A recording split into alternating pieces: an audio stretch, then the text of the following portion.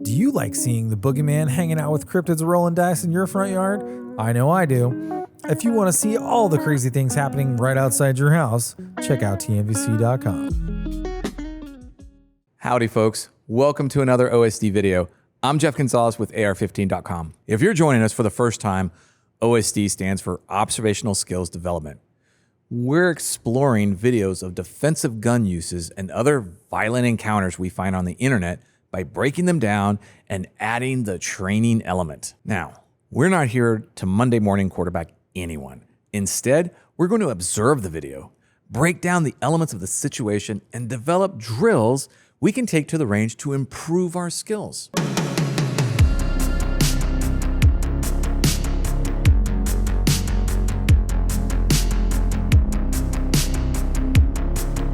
In this video, we have an officer reacting to the worst call possible. From his perspective, he ends up running a good distance, about 300 meters total. And then he has to make some fairly precise shots on a bad guy at moderate distances. This level of precision is a must for defensive shootings. Now, for this scenario, we're going to be practicing both simple and complex versions of the drills to build upon each skill as we go along. And now we always want to ensure safety is first and foremost by practicing the firearm safety rules at all times. So here's our drill. We are going to work at artificially creating the physiological stress that you might feel, at least the elevated heart rate and respiratory rate of being involved in a life or death situation. So the way that we're going to do this is Josh is wearing a heart rate monitor. I've got a Bluetooth device connected to my phone so I could see where his heart rate is at. What we're going to do is we're going to do some kettlebell swings to elevate his heart rate into the 80% of his normal resting heart rate zone, which is yellow. Once we get it there, he's going to then ground the kettlebell and he's going to execute a course of fire. The point is that we're going to keep his heart rate in the yellow for the entire course of fire. Then we're going to go down and see how it affected his accuracy.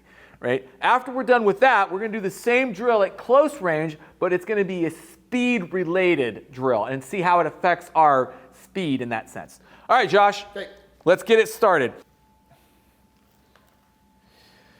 If it's any consolation, your heart rate hasn't changed at all.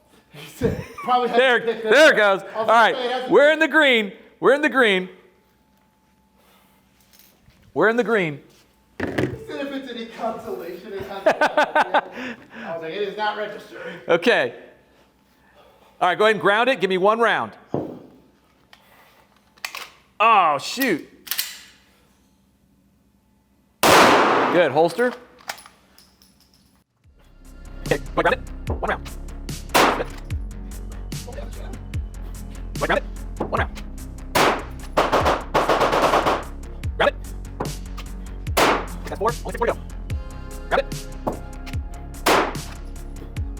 Grab it. Grab it. Grab it. Grab it. Keep on turning around. Keep going. Sorry. Grab it. That's empty. Okay. And holster. All right. So, Josh. Early rounds, later rounds. Yeah. Right? These, I like tried to get a good shot off. Yeah. And the second I started doing any energy, I was just watching the doc go, oh yeah, have fun. Okay, talk about a little bit about what do you recall of your grip? What do you recall of your trigger squeeze? What do you recall of the respiratory effect as far as maintaining sight focus? Most of it's like, I was having a really hard time. I would set my grip and I'd feel myself relax a bit. Yeah. So I'd have to get back on the gun before I'd pull the trigger off. Yeah. The trigger's not bad. I'm cheating a little bit with this one versus something with a heavier trigger pull. Yeah. But I'd noticed the second I started coming back to the wall, I'd already start to feel a shake that I like normally we take shots at this distance all the time.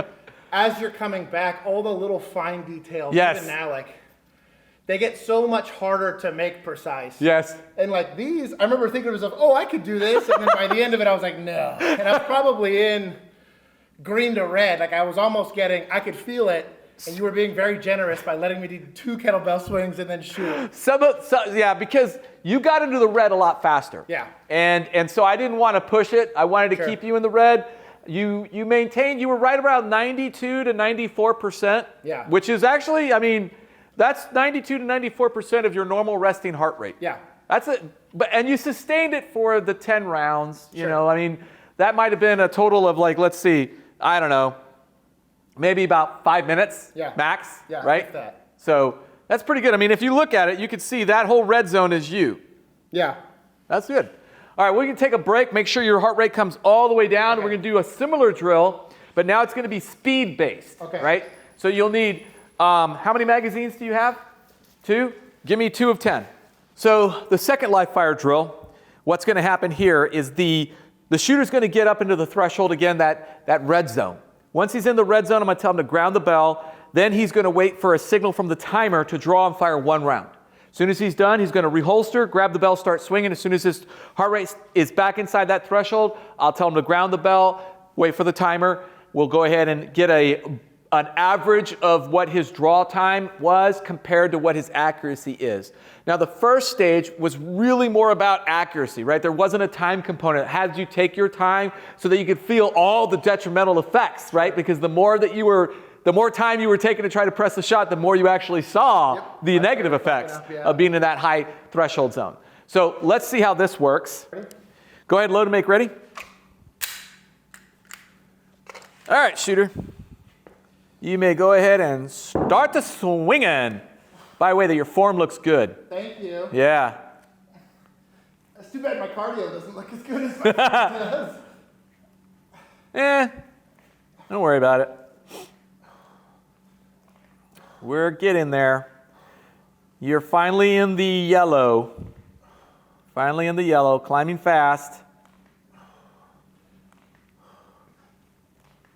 Almost.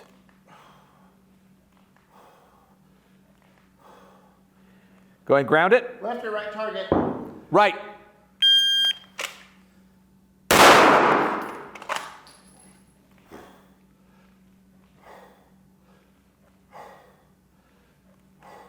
Ground it.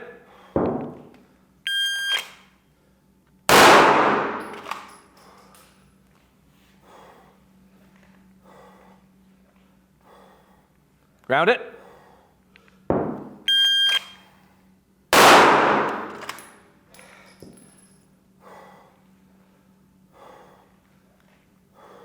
Ground it.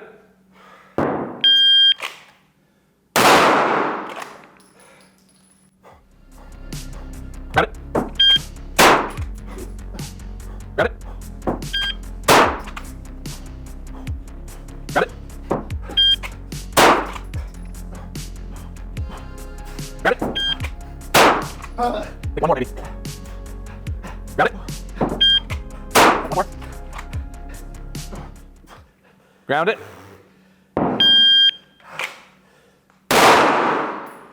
That's it. Oh, okay. Thank God. All right. Okay, first of all, are you okay? I'm good. Okay. All right, let's go down and look. I mean, I ate half a French fry. you had what? I earned half a French fry there. I'll buy you lunch. 2, 4, 6, 8, 9, 10, 11. So that's 89. Yeah. Right? Your average time, you were averaging about 2-ish. Yeah. You know, like you had a couple that were pretty fast. You had like a 1.6, 1.7. They kind of really ranged between 1.8 and 2.4. Yeah. That's where they were really at. Your last one was at 2.2. Yeah. So the difference between the 20-yard and the 10-yard, what was the big difference? I think because I didn't really have the luxury of taking my time, I'd catch the sight picture and just pull it. Yeah. And so like I didn't